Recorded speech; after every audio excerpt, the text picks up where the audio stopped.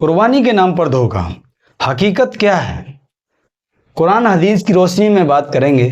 السلام علیکم دوستو، آج کی اس ویڈیو میں ہم ایک ایسے مسئلے پر بات کریں گے جو ہر سال عید الاضحیٰ کے موقع پر لاکھوں مسلمانوں کے ساتھ ہوتا ہے، اور زیادہ تر لوگ خاموش رہ جاتے ہیں کیونکہ انہیں دین کا مسئلہ کہہ کر چپ کرا دیا جاتا ہے۔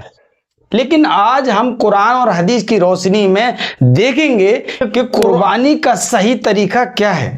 کسی مدرسے یا جماعت کو پیسے دے کر قربانی کروانا کتنا صحیح ہے، اور آپ خود اس طرح کے دھوکے سے کیسے بچ سکتے ہیں۔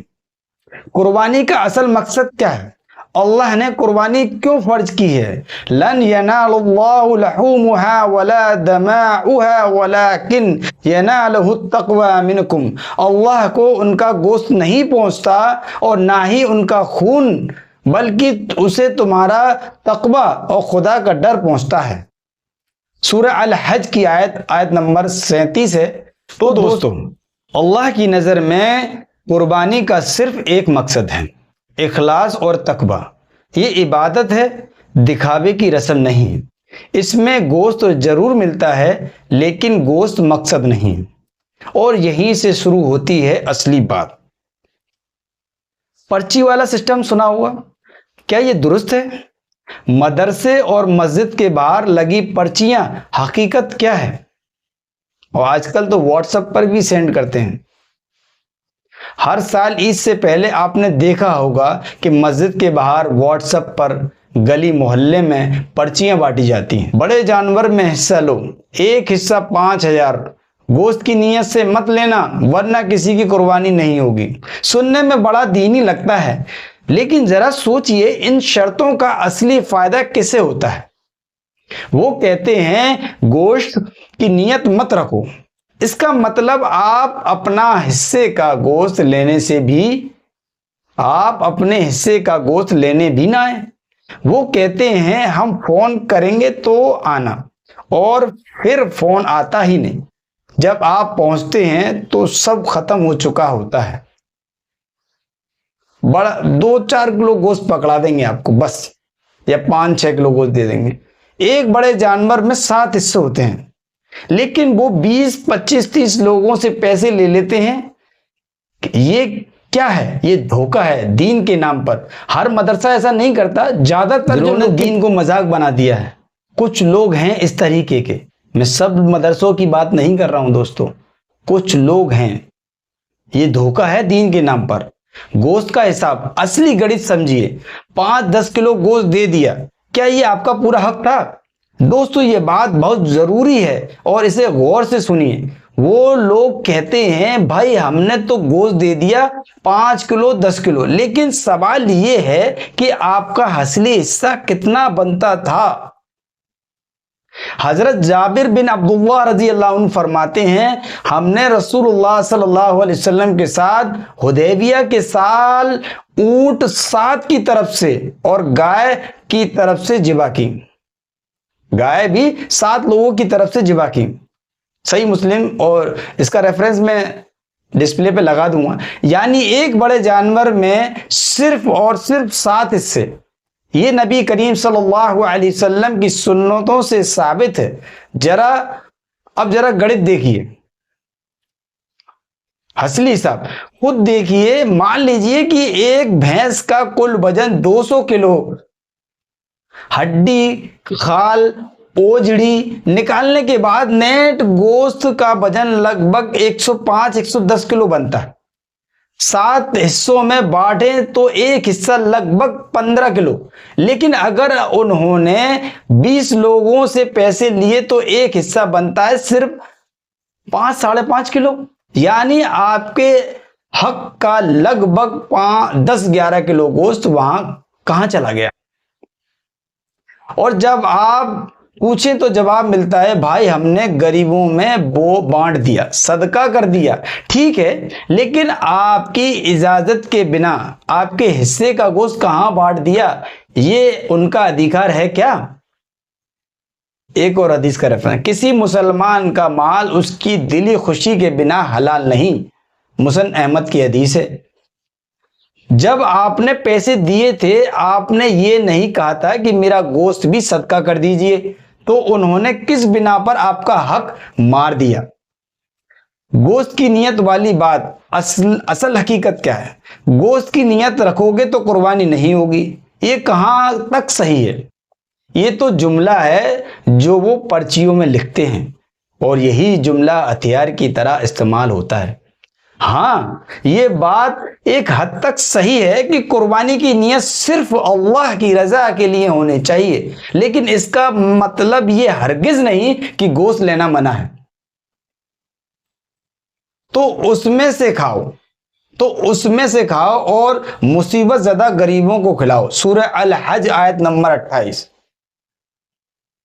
کھاؤ اور ذخیرہ اسٹور کرو اور صدقہ کرو، یہ صحیح مسلم کی حدیث ہے۔ حدیثوں کا ریفرنس میں آگے اسکرین پر لگا دوں گا دوستو۔ یعنی خود اللہ تعالیٰ اور ان کے رسول صلی اللہ علیہ وسلم نے حکم دیا کہ قربانی کا گوشت کھاؤ بھی، گھر میں رکھو بھی، صدقہ بھی کرو۔ گوشت لینا عبادت کا حصہ ہے، جرم نہیں ہے دوستو۔ تو جو لوگ کہتے ہیں گوشت کی نیت مت رکھو، وہ شریعت کی بات نہیں کر رہے، وہ اپنی جیب بھرنے کی ترکیب نکال رہے ہیں۔ فرق سمجھیے، غلط کیا ہے؟ غلط نیت یہ ہوتی ہے میں صرف گوشت کے لیے پیسے دے رہا ہوں، اللہ کی رضا مقصد نہیں۔ اور صحیح نیت کیا ہوتی ہے؟ میں اللہ کی رضا کے لیے قربانی کر رہا ہوں اور گوشت لینا میرا حق بھی ہے اور سنت بھی ہے۔ اور اسلامی حکم کیا کہتا ہے؟ قربانی میں حصے داری کے اصلی اصول کیا ہیں؟ مجھے قربانی کا حکم دیا گیا اور یہ تمہارے لیے سنت ہے، یہ بھی حدیث ہے، سنن ترمذی کی حدیث۔ بڑے جانور میں اونٹ ہوئی، بھینس ہوئی، میں صرف 7 حصے ہوتے ہیں، یہ بھی حدیث کا ریفرنس ہے، اسے بھی لگا دوں۔ ہر حصے دار کی نیت صحیح ہونے چاہیے، یہ بات بالکل صحیح ہے، ہر حصے دار کی نیت صحیح ہونی چاہیے، یہ بات 100% صحیح ہے، لیکن اس کا مطلب یہ نہیں کہ آپ گوشت نہ لیں۔ گوشت لینا حرام نہیں بلکہ سنت ہے، بخاری کی حدیث ہے۔